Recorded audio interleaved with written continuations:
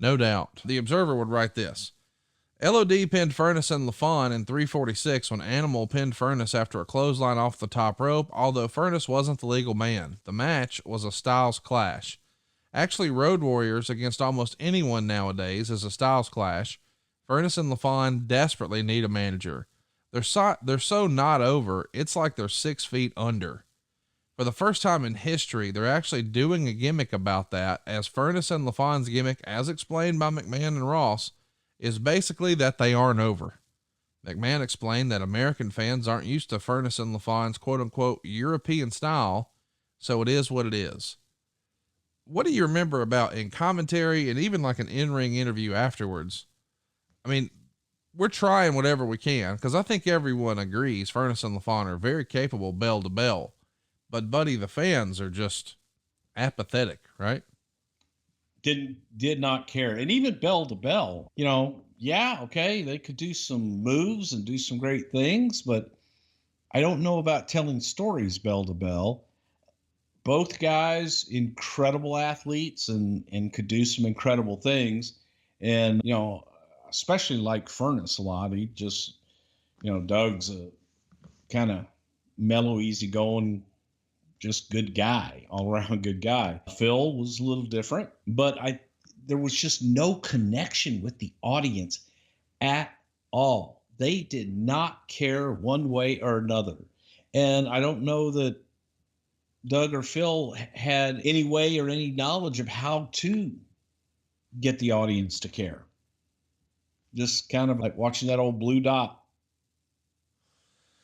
Help me understand, what's the thinking in, all right, let's give them a gimmick where we tell everybody they're not over, and maybe that'll get them over. Maybe if we tell them they're not over, they'll be over. What? Well, no, I mean, that wasn't their gimmick. It just was, we brought them out hoping that the audience would find something, and we tried, with them, and the audience just didn't care. They weren't good on the mic. They had no gift of gab. And so after a while, you can't ignore it.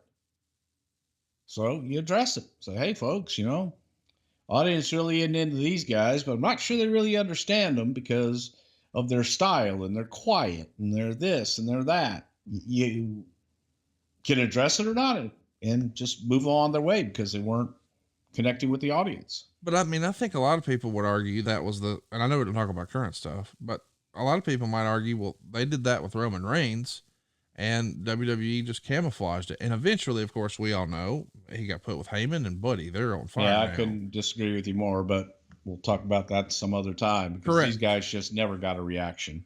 Well, I'm not comparing them to Roman Reigns. I want to be clear. I'm just saying it does feel like you add a little garnish sometimes and man, the whole thing lights up. And there was no garnish to add with them though. I mean, and we tried, but it just didn't, nobody cared. They couldn't have an edge. We tried to give them an edge, tried to get them to do stuff, and just nobody, they were acting and they just wanted to be wrestlers. Copy that. So as we said, Owen Hart's going to win the Intercontinental title from Rocky Maivia. Obviously Rocky came in with a lot of optimism. This is a blue chipper right here and all of that, but the white meat babyface stuff, the audience was just not for it. So we start to hear die Rocky die chants and have crazy signs, and fans are regurgitating him in a major way. When the belt comes off of Rocky Maivia, do you think he had to be a little in his feelings about, damn it, I thought I could turn this thing around? Or just talk me through what that must have been like for a young Rock before he found himself. Well, I think that personally, I think Dwayne probably had second thoughts and feelings, but this is a great comparison. At least the audience gave a shit about Rock. There you go. They wanted him to die. Okay. That's something. They hated him. Yes. They wanted him to get his ass kicked. Copy. They were throwing him up. When Furnace and LaFon came out, they were going, hey, boy, those corn dogs look good at concession stand. Copy. That's the difference. And Rock at least was getting emotion from the audience. He's a young performer though. I mean, he hasn't been in the business very long at this point. Is that a concern for him? Is he like, what am I doing? What kind of, he's got to be a little frustrated, right? Oh, I think he was very frustrated and very concerned, thinking like, oh my God, I should have been a hit. And you look at him and you say he should have been a hit. But the audience sometimes does not like to be force fed that kind of stuff. And that's what they felt with Rocky, even though I don't think that we, in the beginning we did, but then backed off a little bit, and the audience will let you know. They always do. Jim Neidhart returns at the end of Raw to save Brett from a Steve Austin. Yeah, they love him. He can, he gets the fucking rhino, and he goes and have him, he could run down to the Brett, he's my son, right? Okay. Brett, he could get them to save the fucking big bastard. Got it. So next up, Mankind is going to beat Rocky Maivia. Think about this, guys. This is years before, or it feels like it. It's really just a year and change before the whole Survivor Series show, right? Survivor Series 98. Mankind, who's this lovable, beloved character at that point, against the evil Rock, who's going to join the corporation, and Rock becomes the champ for the very first time. And then they have just an incredible series of matches. But their first pay-per-view meeting is here in May of 1997. The evil Mankind gets the win in 8 minutes and 46 seconds. Mankind hit a rolling body block off the apron to the floor. The two are brawling on the ramp. Maivia gives him a Uranagi suplex on the ramp, and Meltzer called it another match with no heat. After a shoulder breaker, Maivia signaled to the crowd for his finisher, and there was little reaction and even some booing. He went up for a flying body press, but Mankind reversed the move, rolling with it and winding up with the mandible claw for the submission. Good finish. During the match, they almost downplayed Maivia's unsuccessful reign as IC champ, with Ross saying that the night Maivia beat Helmsley, the better man didn't win that night. Star and a quarter. So this isn't necessarily an outright burial, but it ain't far from it.